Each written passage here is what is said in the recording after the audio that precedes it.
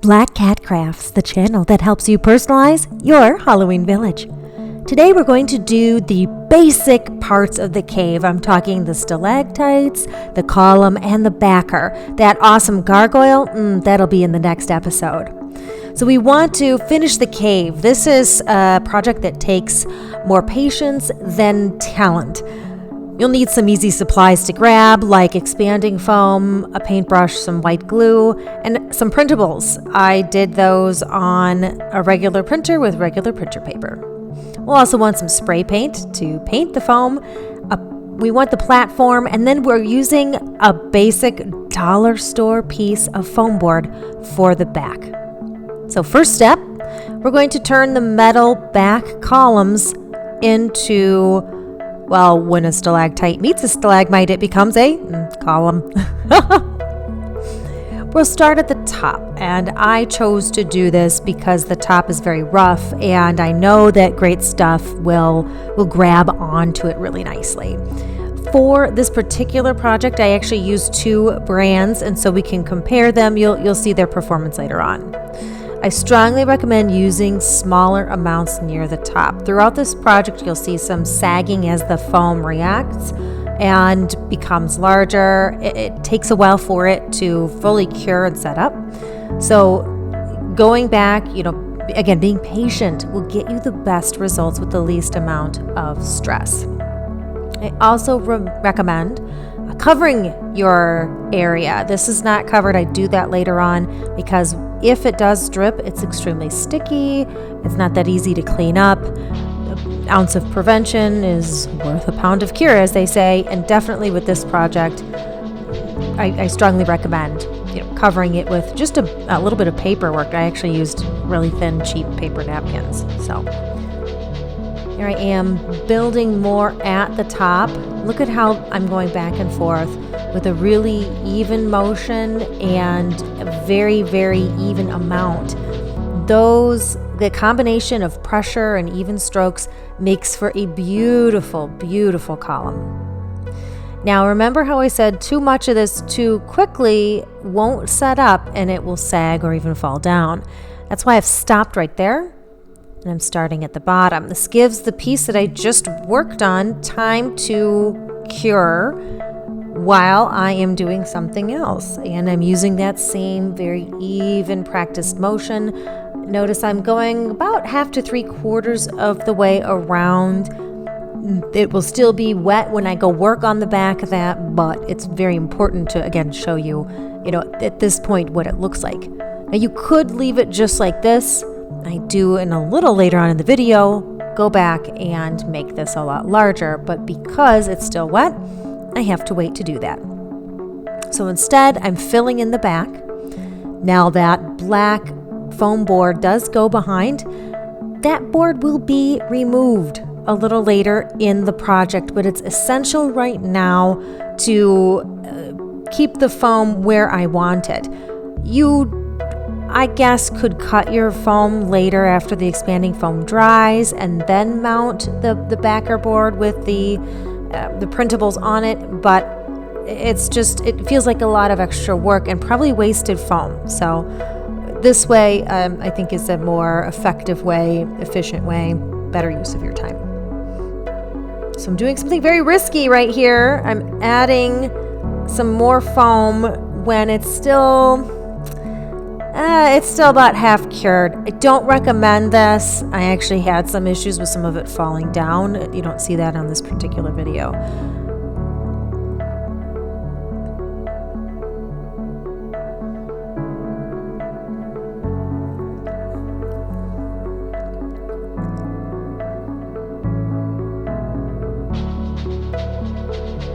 So now we're going to do the other side. We're going to use a very similar technique, but again, being very, very careful. This one is going to be a smaller column with the wide top but narrow bottom because I don't want it to bump up against the toxic waste spill. Now, if you're not using that element in your project, of course, customize it, make sense for you. But again, going behind, I'm using the actual foam that is behind the metal pole as an anchor for the future foam that will go around the front of the pole. I like this particular method this time around because, again, I'm working with a very precise area. I'm also keeping napkins on hand. As you saw, I just wiped off the tip because, again, I'm not using the foam really as it's intended. I definitely want to keep it clean so I don't accidentally bump my project and get the foam places that it doesn't belong. So taking my time, getting that great stuff exactly where it needs to go.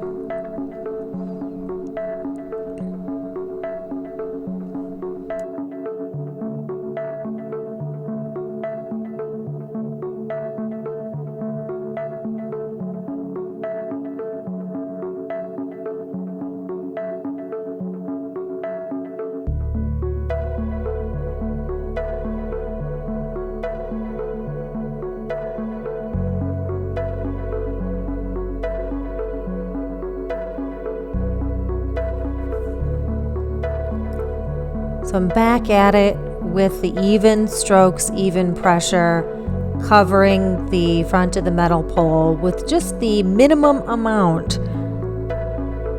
The focus being cover, but don't overdo because before it dries, it will sag under its own weight. Anchoring it to the foam board and the foam I already put on in the back. Covers it up, but we also have a nice even base. We can add to this in the future. Once it dries, you can customize it. And I actually make the top of this one quite large while the bottom is quite narrow. It's going to look fantastic when it's done. You see a few little spaces where the metal's poking out. As this foam expands, it will cover that up really, really quick. I am adding a little bit near the top, ever so slightly off screen. I'm starting to make a few of the stalactites, so the hanging down pieces if you're not that familiar with geology. The essential part of those is to stay small. Start small and make sure the foam really grips that plywood really, really well. There you see I'm throwing down a napkin. You're going to get drips. I don't think it's possible, unless you are a master foam user, not to get drips. So just expect that. Keep plenty of napkins on hand so you can dab and move the foam around wherever you like it. So there you have it. The foam has had a chance to cure. So as you can see, it's really expanded quite a bit and filled in most of the holes. But now that it's dry, we have the opportunity to go back and add some more.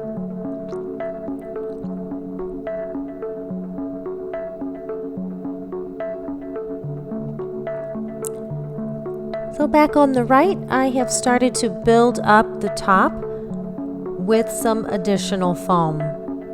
Very carefully going around.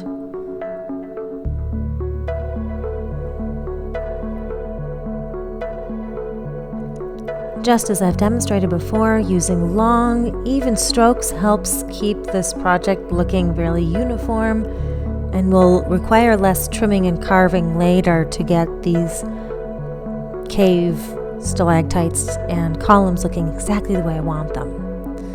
So I took a break from building up the top of the column to move over to some of the hanging down stalactites. And just as I mentioned before, using a little bit at a time, knowing that I can always go back and build.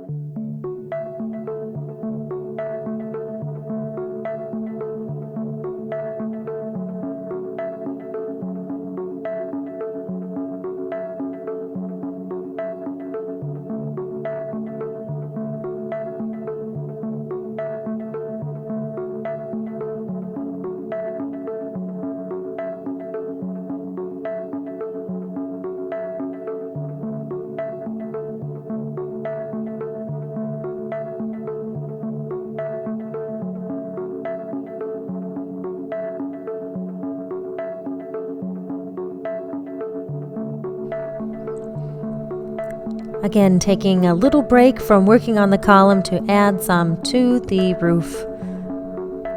I don't get very far because it starts to drip. And also, I just ran out. So that was one can got me this far on the project. You might be noticing there is part of a gargoyle being made. That is the metal foam, and underneath it is what's called an armature. It's basically metal wrapped into a form. I'll show you in my next video more about that. So here I am with a new can working on the left column.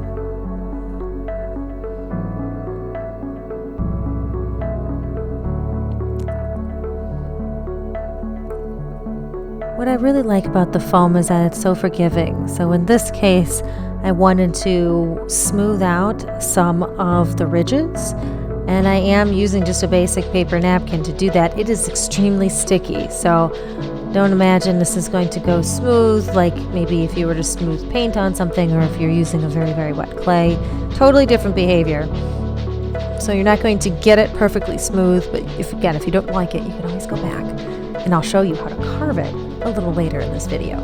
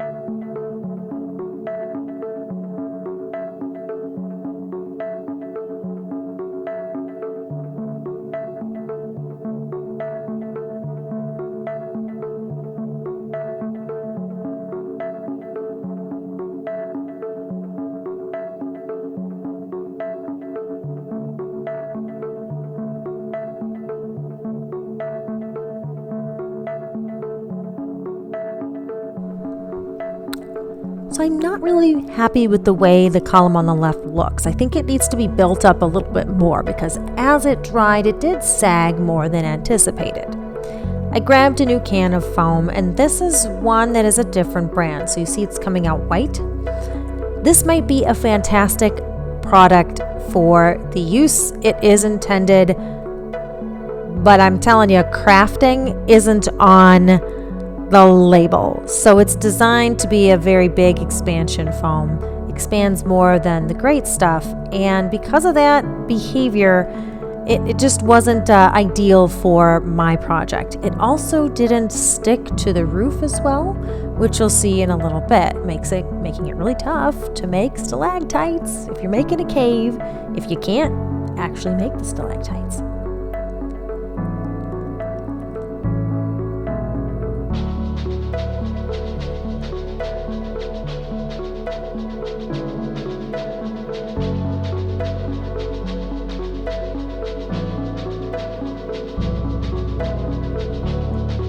At this point, we're going to do more heavy work on the stalactites. So at this point, I've gotten smart and I put more paper down.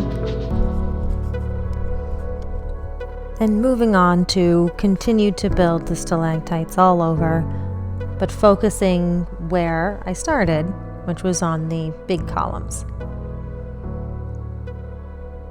So a lot of the long stalactites that you see there, they are going to fall down. It may not show it on the camera, but they don't stay. So don't make the mistakes that I made. There aren't a lot of people making caves with expanding foam on YouTube.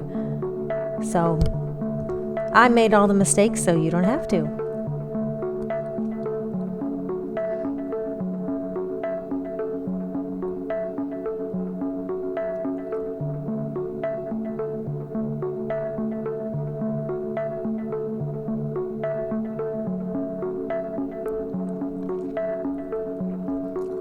You'll notice the back of the board has been cut. I did that off screen, and it'll become more important later in the project, but the area with the toxic waste pipe does become its own column. It does also closer to you, where the general back is a little bit further back. That gives it a more impressive 3D look. That's a gold star bonus moment for your project. Recommend it because it's easy to do, but if it's not your thing, I totally get it. It really worked for me because I don't have the biggest printer, and it allowed me to break up my image into different pieces, print it out, and it gives it a seamless look. We'll talk more about printables in a little bit.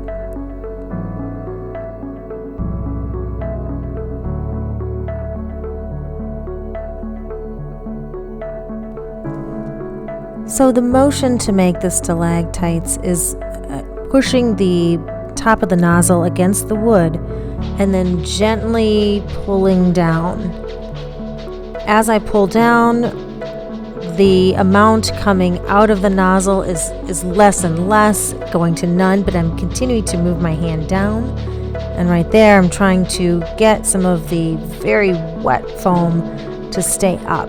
It's a bit of a fight. And again, this is the white foam, not the recommended brand, because this was very frustrating to work with. You should, however, expect quite a bit of your foam to fall down, onto the protected area of your project. Now you may be asking, well, why don't you just flip it upside down and do it like that? Well, you're not going to get a true stalactite look in that way. Gravity will want to have the foam stay low. It'll be more like little bumps rather than the true stalactites coming down. They look pointy, they look sharp, they kind of look like teeth. So you take the good with the bad.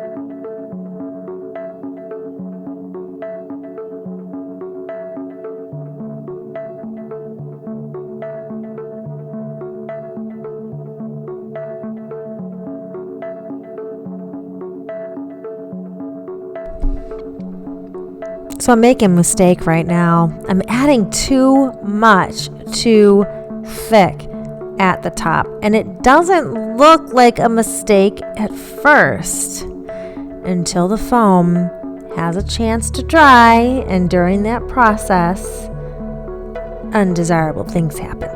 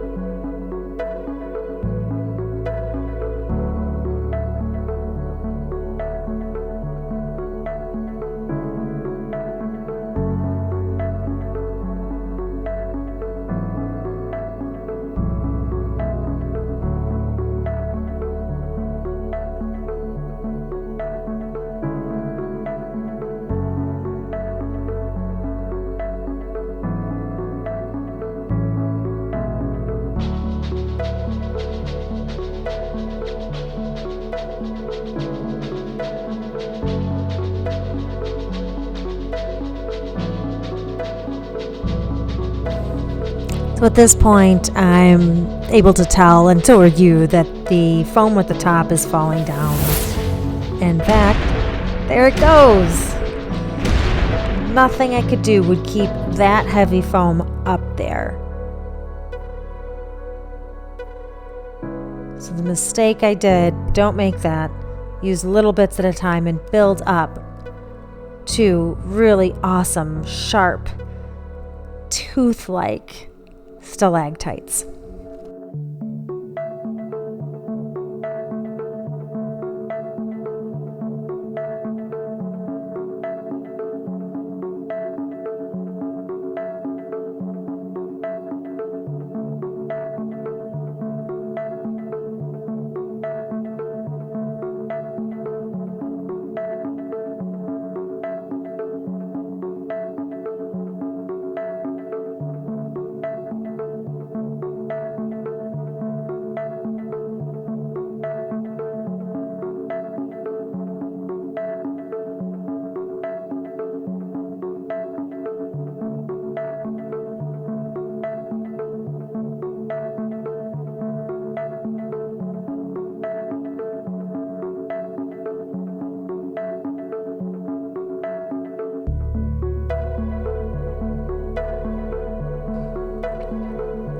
I've given up on the white stuff and switched back to great stuff, the product I know will work for your diorama of a cave.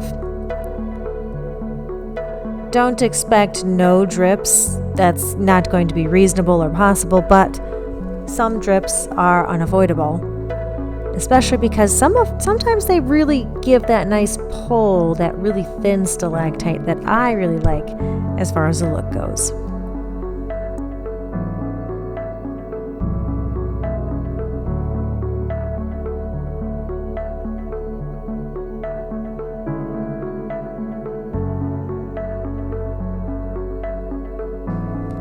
To effectively make a stalactite, that I did right there with that little tiny small lump stuck to the roof, that is the perfect amount to stick to the top of the plywood. You can leave it as it is or come back after it's had a chance to dry more and add to it to make it bigger. You'll get the least amount of waste and the most efficient way to cover the entire platform with your stalactites.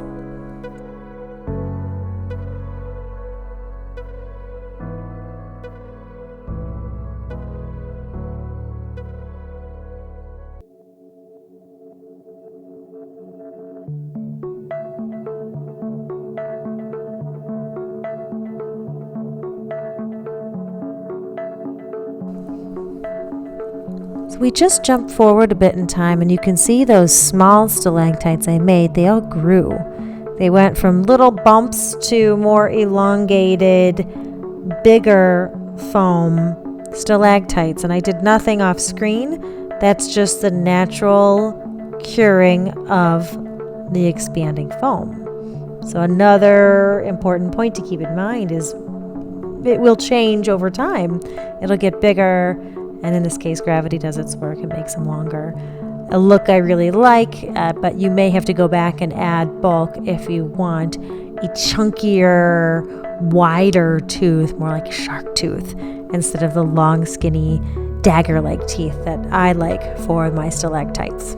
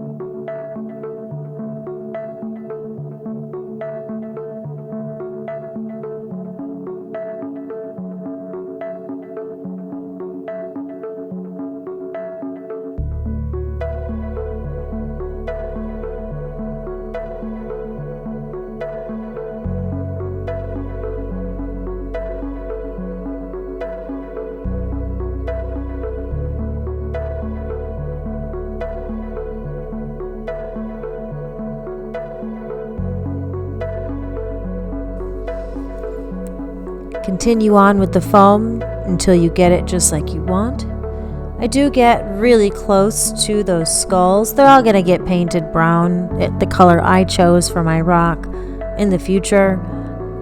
That was my goal with that particular pole. I wanted it to have that carved look. Looked like some diabolical carver went to town on it to make it a gargoyle holding up a skull. Epic. So be fearless about that if that's what you like.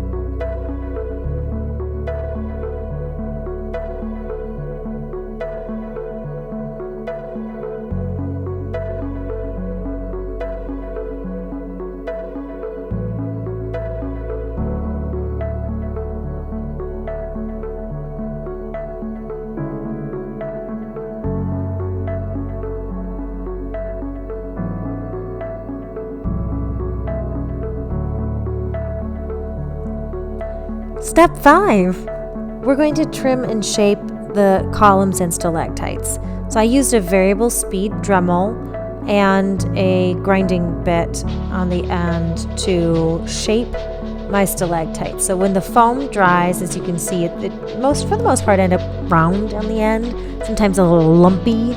And the grinding piece that I have on there did a wonderful job of shaving off the pieces I didn't want and getting the overall look and effect I needed. What I'm not going to show you on screen is that some of the foam went beyond the edges of my piece at the top. All I did was I just took a fine-tooth saw and I cut that right off. You could probably use a bread knife, just clean it really well after. So that first stalactite was very rounded, very soft looking. If you're into geology, it looked like maybe limestone that had been worn by water over time. I wanted something pointier, something a little scarier. So I'm shaving it down on all sides because this particular piece is one that could be viewed from usually 3 different sides. So it's an open area for me. That's what needs to look good.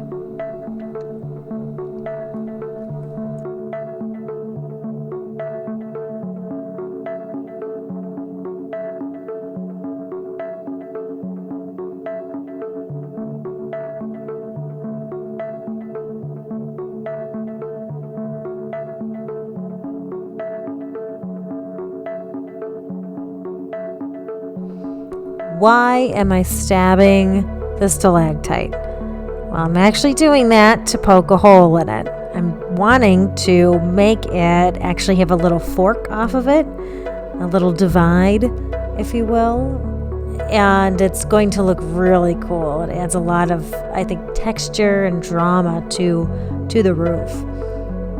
So I'm going all the way up to, again, add a little bit more natural texture to it.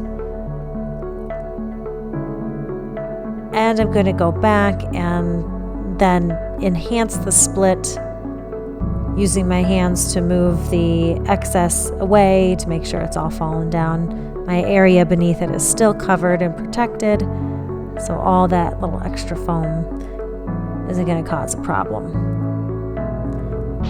Continuing to grind away the parts that are not needed, that really don't fit my theme.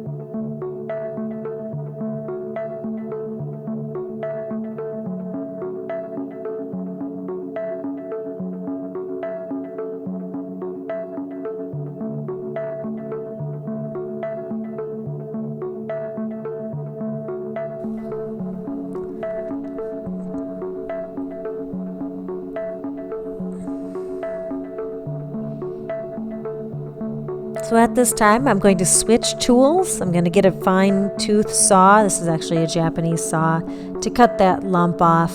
It is not as good at fine detail work like the Dremel tool is, but fabulous for these quick and mostly straight cuts. Of course, the saw is extremely flexible and could probably do more rounded cuts, but for the purpose of this project, I use those two, the Japanese saw and the Dremel, to shape all of the stalactites that I thought needed changes.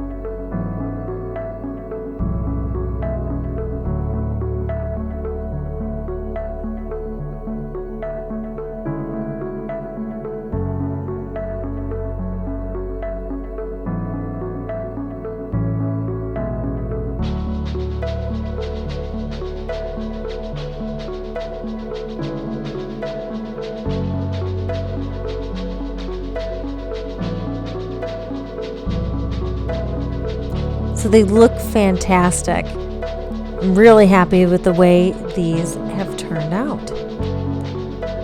The next step in the project is to add the back. Now you could do this after you paint it, or just cover it really well like I did. Do whatever's best for you. I used a basic white glue for this. Put it in a plate and then grabbed that big brush. And we'll use that to spread the glue on the foam board I got from the dollar store. You'll want to use a pretty thick coat because the stuff was going to dry pretty fast. So you could dilute it with a little bit of water, but very sparingly. The idea is that you will want to work fast so that way you can get your paper on it and smooth the paper out so you don't get wrinkles. Now I did mine sections at a time. So as you can see, I've already glued some of it on, and now I'm adding additional glue under the paper before smoothing it over. This will help make sure I get the paper stuck to the glue before it has a chance to dry. And the brush helps the glue be applied evenly. I am working with the foam board and the paper upright at this point. I thought it was easier. So we're moving from right to left because the right side is glued, trying to make sure I'm getting any potentials for air bubbles out of there. And then I'll glue on the top piece in a little bit. So as you saw, that slid over. That is because I don't have a large enough printer for both. And I did a jagged edge to hide it. So it looks just like that. It ended up looking fantastic. So I'm going to add that backer board, as you can see right there, behind the other column. So that was the other printout. I had a total of 3. I did one column behind the toxic waste spill, and then the other behind that. I did keep them separate as well because it adds a little look of depth. So let's finish the cave floor. I used 2 colors of crushed glass that I got, again, from the dollar store. And I literally just glued it down.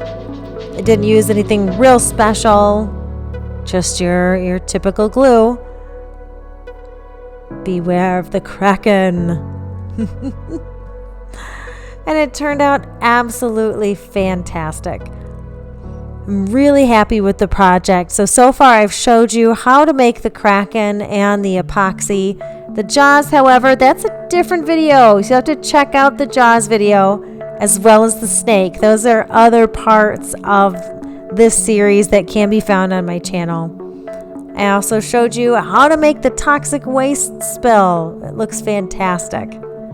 Those are LED lights. They'll go forever. It's wonderful. It's showing it displayed with the ghost ship. It's the perfect size for it. And it looks wonderful. In real life, the light doesn't have that pulsating effect. It's just because I have a high frames per second on my camera. But I do love how when you look at it, it does look like that Kraken is rising out. That's paper and clay. So thank you for tuning into my channel. The next video I have next Sunday will be that gargoyle, the epic gargoyle build. I put a lot of heart and soul into that. So I hope you like this. Give it a share, subscribe, and give me some comments. I want to know what questions you have and what suggestions you have for future videos. Thanks for stopping by.